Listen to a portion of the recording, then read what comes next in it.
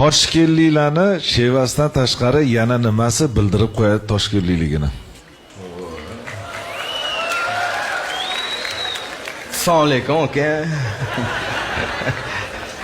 Sheva bu, shevadan tashqari. Yo, endi men faqat o'sha bilan bildiraman.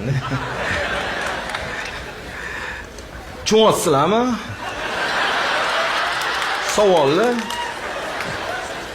Bu bo'llaring-u nima qiyinmi shunchalik? Va o'sha bezot akam ham ijro qilyapti-yu.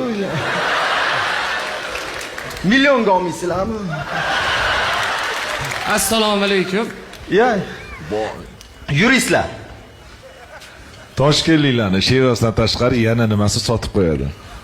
Toshkentliklar mana shu qivizda ekspert bo'lib, qo'lini cho'ntagiga savol berib, qo'lini cho'ntagiga solib savol berishni totib qo'yadi. Va bu narsalar bo'lib ketdi.